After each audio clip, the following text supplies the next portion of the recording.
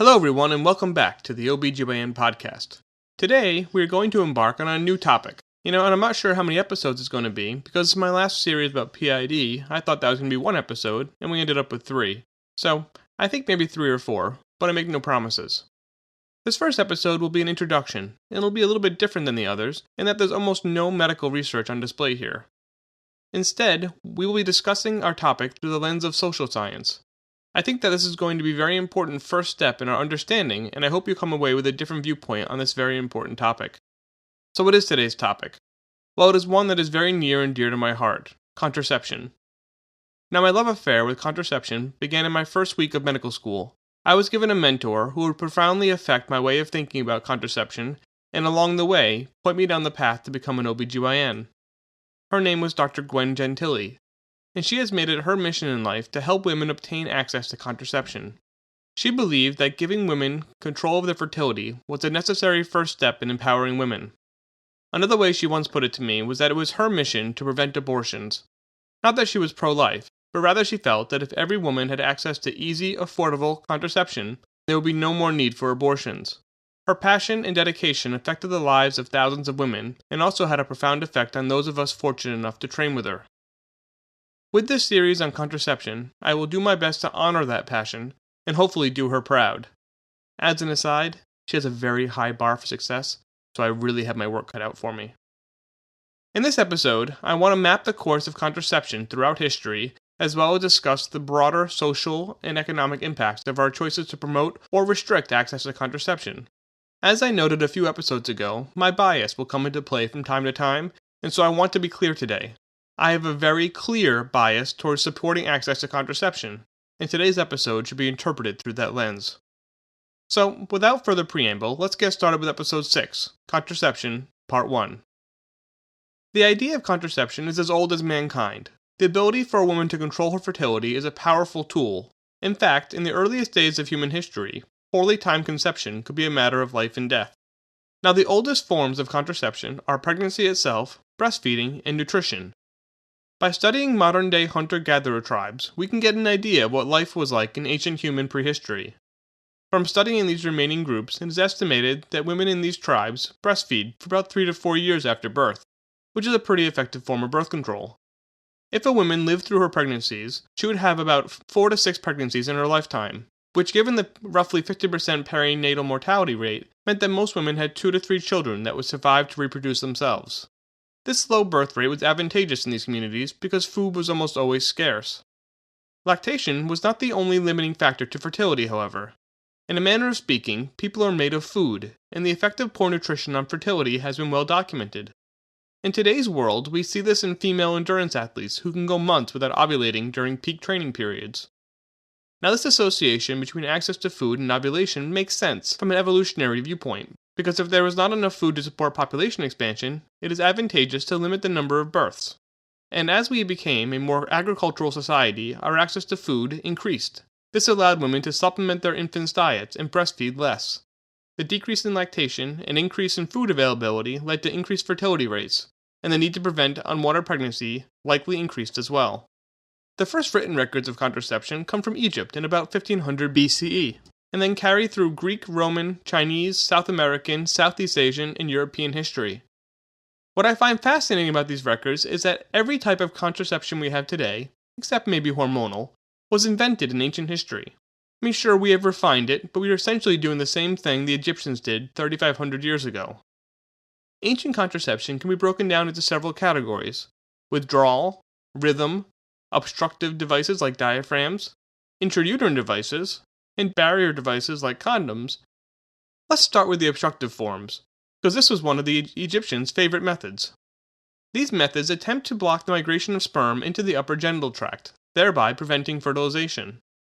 Many different methods have been used throughout history to achieve this, but the Egyptians recorded a recipe that had included a base of crocodile dung, mixed with honey or acacia leaves, and naturally occurring sodium carbonate. The mixture was firm at room temperature, but would melt at body temperature. It was placed on the cervix, and as it melted, it would form a gooey obstacle to sperm. Now, you may be thinking to yourself that using dung is disgusting, but 2 things about that. First is that agricultural societies have a close relationship with animal dung. as it was used for fertilizer and burned for heat, and were definitely less repulsed by it than modern-day urbanites. Second is that animal dung is usually quite alkaline, which has the added benefit of immobilizing sperm. This method was improved upon throughout history, and by the time of the Greek doctor Soranus in the 2nd century CE, it was commonplace. He recommended in his book on gynecology to, quote, to smear the orifice of the uterus all over before intercourse with old olive oil or honey, or cedar resin, or juice of the balsam tree, alone or together with white lead, or, he continued, quote, to put a lock of fine wool into the orifice of the uterus. The method of placing objects into the cervix itself to block sperm has been used in cultures all over the world. African women use plugs of grass or cloth in the cervix, while Japanese prostitutes used bamboo tissue paper. Women in the Islamic and Greek world used wool, and Slavic women linen. The most advanced were the Jewish women, who lived along the Mediterranean. They used a sea sponge wrapped in silk to block the cervix. It even had a string attached to it that would make it easy to pull out. The sponge used by the Jewish women is essentially still in use today, and we'll talk more about its modern equivalent in a future episode. Speaking of Jewish people, they were also the first to record the withdrawal method, or coitus interruptus. It is mentioned in the book of Genesis when Onan, quote, spills the seed on the ground to avoid impregnating his brother's wife. Unfortunately for him, he is then promptly struck dead by God, although for what exact cause is left up to interpretation. If it was punishment for, as we would call it today, pulling out, then it would herald the attitude of most organized religions toward contraception, all the way up to modern times.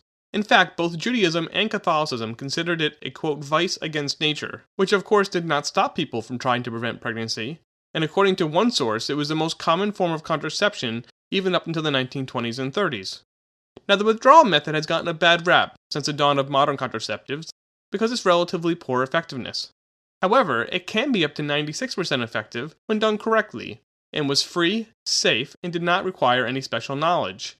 Now, and once I tell you about some of the other ones that didn't require special knowledge, it starts not to sound that bad. Now, the Greeks thought about contraception a lot, and it is to them that we turn for the next two forms.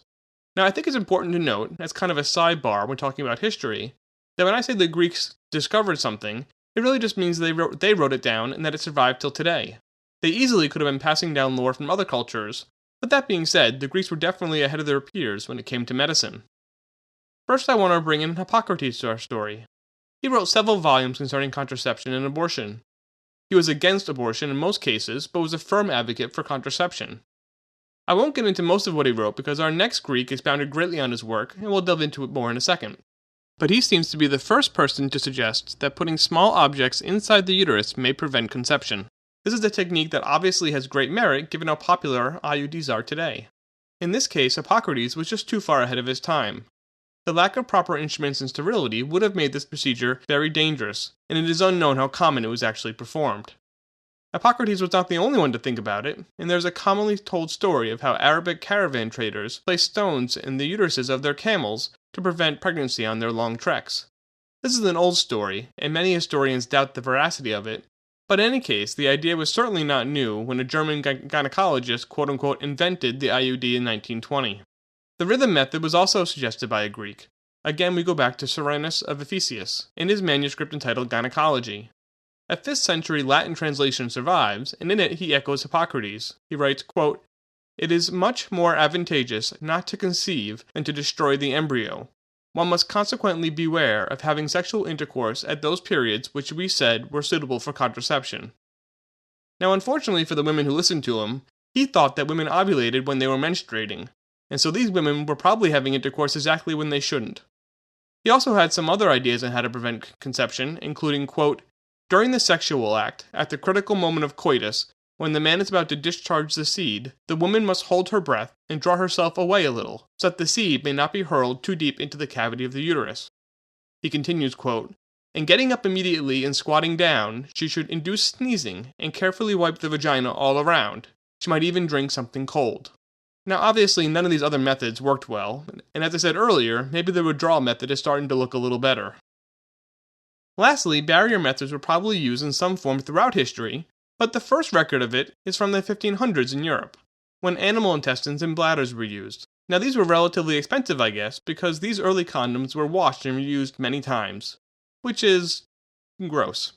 Now, those who listen to my episodes on PID should realize that the timing of condom introduction into history is not accidental. The mid-1500s is when venereal diseases started rearing their ugly head in Europe, and it makes sense that people would try to find a way to protect themselves. Now, we cannot conclude a discussion of ancient contraception without talking about termination. If pregnancy could not be prevented, then only two options of dealing with an unwanted child were available: termination and infanticide. Neither of these is something that is new to the modern world, and both of them are still practiced throughout the world today. Women have even been discovered in prehistoric sites with small bone stylets inside the remains, indicating an attempt at mechanical termination. Mechanical termination has always been associated with horrific mortality rates, even up to modern times. And one of the points I want to make here is that people will always find a way of preventing undesired pregnancy, and when we restrict access to contraception and abortion, all we do is push things into the shadows, with all too predictable consequences. Now, the Greeks knew how dangerous mechanical abortion was, and they warned against it. Again, this is from Soranus. Quote, "Beware of separating the embryo by means of something sharp-edged, for danger arises that some of the adjacent parts may be wounded." The Greeks also had a better way with the use of a now extinct plant, asplanon. This plant had many medicinal uses and was described by Pliny as, quote, "to promote menstrual discharge," which most historians think really meant that it was a naturally occurring abortive substance. This plant may be related to the worm fern, as it has been shown to cause abortions in modern studies on rats. Of interest, this plant can also be used to kill tapeworms, hence the name worm fern.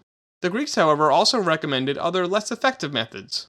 They recommended bleeding the woman after several days of baths and vaginal suppositories, and Hippocrates himself wrote, quote, "A pregnant woman bled, miscarries." If that didn't work, they also recommended several different vaginal or oral mixtures to bring on a miscarriage. These included things like rue, myrtle and bay leaves, as well as tree resin, mold, wallflower seeds, cardamom, absinthe, and others. There have been many different kinds of herbs and other things that have been recommended over the years by countless cultures. However, none of them have held up to modern trials. And some of them were just as likely to kill the mother, too. And again, the Greeks acknowledged this by explicitly stating that when choosing a vaginal abortive, to beware of anything too pungent, as it is likely to cause ulcers and other problems. Now, I don't want to spend too much time on infanticide because it falls outside the topic today, but I do want to emphasize that it occurred, and still occurs, much more commonly than those of us in the Western world appreciate. Again, it is a predictable outcome when there is no access to contraception or safe abortion. Now, moving up through history into the Middle Ages, the practice of contraception and abortion were explicitly forbidden in the Christian world. This is, however, not to state that it wasn't utilized. A common theme throughout history is that regardless of the culture or governmental regulations around fertility control, women will seek out ways of preventing undesired pregnancies. Therefore, it is believed that women routinely used contraception and abortion throughout the Christian world, perhaps even with the explicit understanding of local priests. In fact, there was a saying that can be found in many texts from the era that states roughly, quote, "if not chastely, then at least cautiously." This can be, and has been, taken to mean many things, but at least one is that the church knew that people are going to act like people, and if you were going to have, quote-unquote, non-sanctified intercourse, the least you could do was try to prevent a pregnancy. Additional ammunition for this interpretation comes from a book by Peter of Spain in the 13th century, who many scholars believed went on to become Pope John XXI. In his books, he cataloged a number of contraceptive and abortive plants. Now, his information was likely gotten from the Islamic world, which at this time was light years ahead of the Christian colleagues when it came to medicine. The Muslims did not condone contraception or abortion, but also understood that it was sometimes necessary, and were apparently well versed in its many methods. Moving over to Asia, in China they had knowledge of many of the same plants and herbs used in the Western culture, and they also practiced coitus interruptus, as well as a method of blocking semen from the urethra and instead directing it into the bladder. This was performed by pressing between the anus and the scrotum, which obstructs the vas deferens. To conclude this portion on the history of contraceptives, it seems that all cultures developed similar ideas regarding techniques of contraception and abortion. And although the righteousness of these methods has waxed and waned over the course of human history, the fact remains that they are an intricate part of society. Now, it is to the societal effects of pregnancy and contraception that I want to spend the remaining time on today. Humans are similar to other large animals in that we spend an enormous amount of resources to procreate, and therefore it behooves us to plan each pregnancy well. It takes a lot of nutrients and time to both carry a fetus and to nurture that child until the point that it can be relatively independent. This pressure on the evolutionary process is what probably led to the contraceptive effects of breastfeeding, This natural limit to our fertility gave us the time to care for our children and to reaccumulate the nutrients needed for the next pregnancy. As I touched on earlier, as we became a more agricultural society with greater access to food, both the need for prolonged breastfeeding declined, along with the ability to reaccumulate nutrients faster. This allowed women to have many more pregnancies than in the pre-agricultural epoch of human history. Given the aforementioned perinatal mortality rate, the increased rate of pregnancies was important in increasing the population of these agricultural societies. These surplus people could then be used for crafts and armies, allowing each society to increase its influence through trade and war. Now, this was great when food was abundant, but when food was scarce, having more mouths to feed was detrimental. This push and pull between fertility and contraception underscores much of human history. In the ancient world, surplus people allowed the domination of much of the Mediterranean by the Greeks and Romans, and similar stories can be told in China and India. Where rich agricultural societies had the resources to have lots of children, over generations this led to the ability to dominate one's neighbors. In this type of world, better access to nutrition meant more children per woman. Interestingly, at the top of these societies, the birth rate may have declined despite having the most access to food. This is certainly true in post-industrial Europe, where infant mortality rates dropped due to better hygiene and nutrition. Suddenly, long life had more status than many children. Gradually, though, the positive effects of increased hygiene and relatively improved nutrition trickled down to the lower socioeconomic classes, and that is where the real effects can be found. Throughout human history, surplus population has been associated with increased war. The first great example of this is the medieval warm period, which was a climate anomaly that took place from 950 to 1250 CE, in which the average temperature approached the temperatures caused by human climate change today. This led to increased agricultural output and therefore surplus population. As an interesting factoid, the population in England in 1300, at the tail end of this warm period, was approximately 6 to 7 million. At the end of this period was when the Black Plague swept through Europe and the population of England was decimated. Interestingly, England would not recover to its 13th century high water mark for population until the Industrial Revolution 500 years later. Europe during these warm years found itself with an excess population, for which it could not find employment, and it has been suggested that it is no coincidence that these years were the most active years of the Crusades. The first began in 1096, and began to sputter out early in the 13th century, coinciding with cooler weather. One of the Catholic Church's prime directives during this time was to push Muslims out of Europe and Jerusalem, so it is not surprising that they were against any contraception that would decrease population.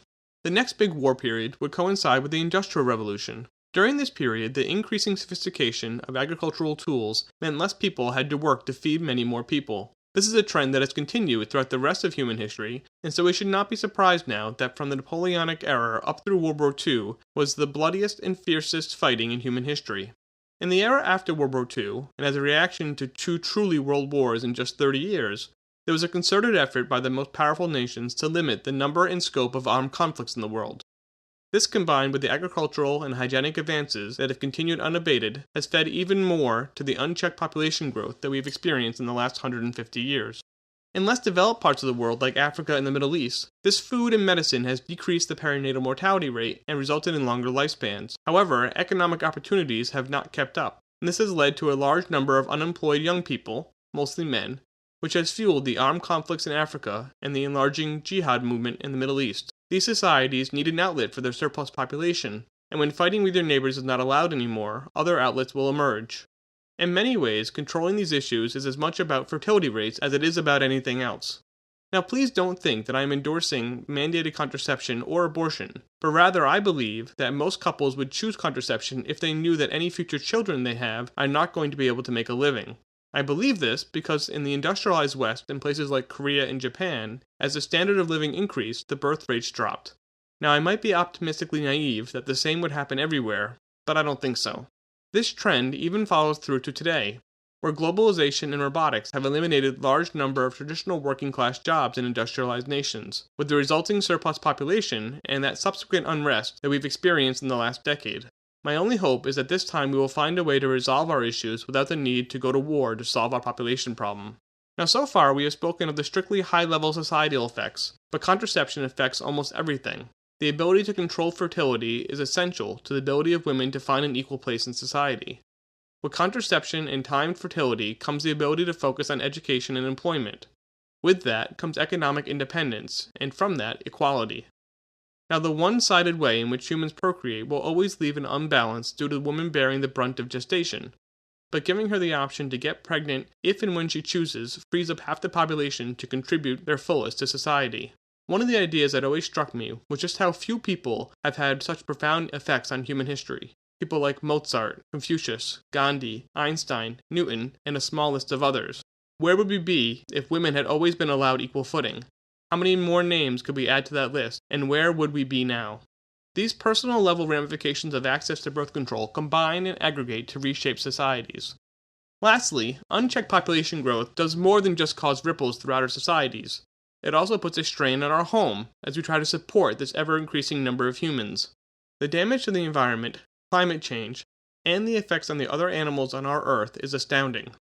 In a report out recently, it was estimated that 3/4 of all species may become extinct if things continue the way they have been going. Now, there are many causes and therefore at least an equal number of solutions to this problem, but one of them has to be controlling the rate of population growth. This doesn't have to mean draconian measures. Simple access to effective, affordable contraception, along with education, will decrease fertility rates without any other intervention. In light of all these lessons from history, and a warning about the future, we should be working to increase our access to contraception, not erecting barriers. And although this is a medical and not a political podcast, I feel that I must urge you all to help Dr. Gentili ensure that all women have the ability to control their own fertility. I hope that today I was able to chart a line from the ancient world to today. Contraception has been with us since the dawn of human civilization, and the concerns of prehistoric women regarding childbearing are not too different than modern women. The transformative effects of easy access to safe and effective contraception has profound effects at every level of human society, from the individual woman who wants to delay childbirth until they have finished their education, up to nations dealing with unemployment and revolution. In the next few episodes, we will be going in-depth into the various contraceptive options available to women today, but I don't want us to lose sight of the big picture of just how important contraception is to the health of human societies. Okay, well that's all I have for today. I do hope that you will all join me for the next episode, in which we will review the menstrual cycle and the very smart people who figured out how to hijack it with hormonal contraception.